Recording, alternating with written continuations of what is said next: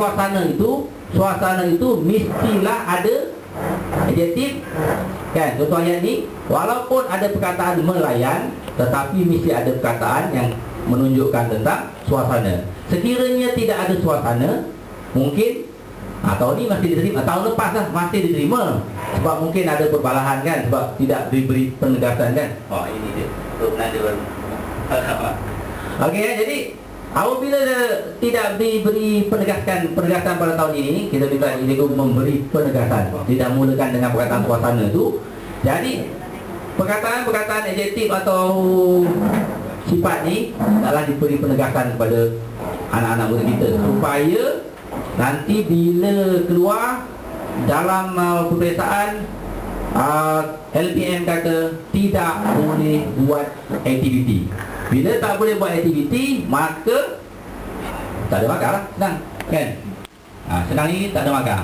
Jadi untuk makluman juga, saya rasa kawan-kawan yang biasa ni pun dah biasa, bahawa sistem dekat di LPM sekarang semakin hari semakin ketat atau semakin tekal. Jadi kita nakkan keputusan yang bagus. Jadi inilah hasilnya, kita aktiviti.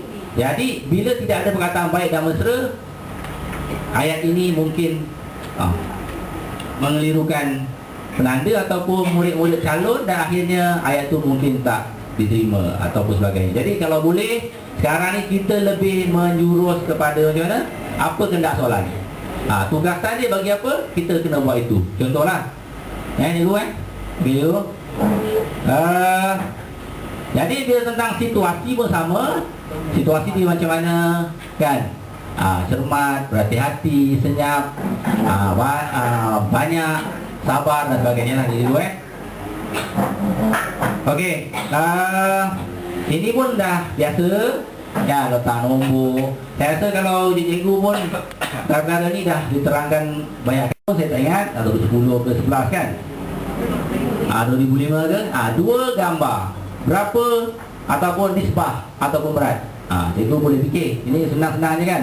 Cikgu pun dah ajar, cuma Tuan Janda kata, tengok cikgu macam mana, dia okey tak? Dengan kita boleh buat 4-1?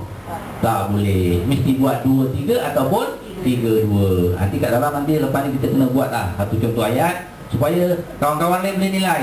Di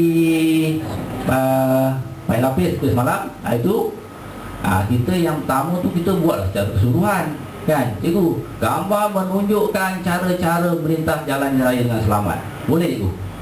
Siapa kata boleh? Siapa kata tak boleh? Setuju?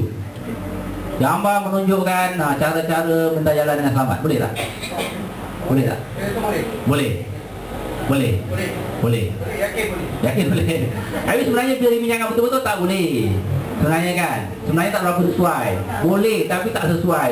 Kalau misalnya kata penanda tu yang betul-betul ikut, memang kadang-kadang kalau yang penanda ni sebenarnya kita pun kadang lebih kurang juga, usaha cantik ke okey semua, kan? Kita bagi, tapi kena yang betul-betul penanda yang betul-betul nak buat ikut betul-betul, memang rasanya macam tak berapa sesuai. Malah dibincangkan tak sesuai, gambar ini menunjukkan betul memang. Betul tak sesuai. Jadi kita kena buat nisbah lain lah. Ini mungkin 1, gambar tu boleh buat 2. Ini pun boleh buat 2. Tu pun 1. Jadi 1, 2, 1, 1 ke, kan? Sebagainya, kan? Jadi kita akan bincangkan di depan, yang ke dalam nanti lagi. Merujuk kepada ayat majmuk. Jangan tulislah, cikgu. Sebab ini tengah nak bincang, kan? Kita bincang ni, ya ke tidak ni?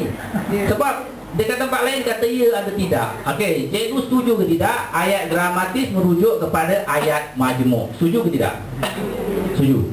Ada yang tak setuju? Sebab patutnya ramai tak setuju dulu. Yang dua tempat lain tu tak setuju. Tak setujulah apa, kan? Tak semestinya. Sebenarnya tidak semestinya. Betul, cikgu Mustafa? Tak semestinya, kan? Ini ayat gramatis merujuk kepada ayat majmuk. Kalau gramatis ni banyak. Itu dah tadi tu. Jadi gramatis tu yang sebenarnya bukan merujuk kepada ayat majmuk. Kalau subjek, objek, kata kerja, predikat ni sebenarnya bila dia ayat tunggal pun dia masih juga dianggap gramatis apabila menggunakan kata atau kosakata yang meluas, kan? Kalau misalnya kata contohnya gambar yang tahun lepas lah, kita kata membawa saja. seorang wanita atau pembantu kedai itu membawa makanan dalam dulang tu kan. Membawa itu sebenarnya gramatis tak? Tak gramatis lah mungkin kan. Jadi yang gramatis ni adalah menatang ke apa-apalah kan. Nama ni kepada watak pun boleh kan. Kalau contohlah cikgu saya kat depan ni nama saya Osman kan. Okey, cikgu Osman. Okey lah tu kan nama kan. Tapi kalau tak ada rentek mungkin kita boleh kata seorang guru watak. Betul cikgu Sabah kan. Tapi kalau saya duduk dekat tepi jalan, mondar-mandir, Osman sedang berdiri di tepi jalan, pun masa macam dia ke tidak. Tapi kalau Osman tu tengah ambil mesin kan, potong rumput, seorang potong rumput, watak kan. Jadi saya sebenarnya pun tak berapa gemar lah, tapi terpulang. Palang lah, okey, tunggu sabar. Kita tengok dalam tulisan novel ke cerpen ke, semua ada watak. Boleh kalau kita baca novel ke cerpen ke tak ada watak, seorang wanita. Memang tak sedap. Tak ada? Tak ada, okey. Okey, jadi kalau nak cantik, mungkin ini sebab tu kata tadi bincang. Sebab di sini memang di mana-mana bahagian itu buat alamat, buat surat kan, alamat buat surat. Ada terangkan surat ni sebenarnya kalau tak ada baca bahagian alamat ni tak payah tak ada baca tak akan dikira. Memang ada satu tahun tak kira tak ada baca ni sahabat Tetapi bila tahun itu keluar tak ada baca semua dikira, itu jadi kita risau kan. Kita tak mau, sebenarnya kalau boleh penadaan ni memang tak nak sebut, tapi kita sebutlah juga kan supaya sama-sama dapat. Jadi keputusannya terpulang pada cikgu. Tapi kalau boleh kurang-kurangkan lah, jangan terlalu banyak sangat cikgu Faizal setuju? Jadi jangan terlalu banyak bagi sampai 5 semua bagi nama. Nanti kalau 5 tak diterima 5 pula susah kita nak menganggap tu payah. Okey cikgu Tapi ini pun kadang tak sesuai kepada semua gambar kan cikgu Ini sebagai contoh saja. Kalau sesuai boleh, kalau dah keluar gambar gerak nak ke mana, budak tu nak ke mana. Jadi akhirnya tak jadi.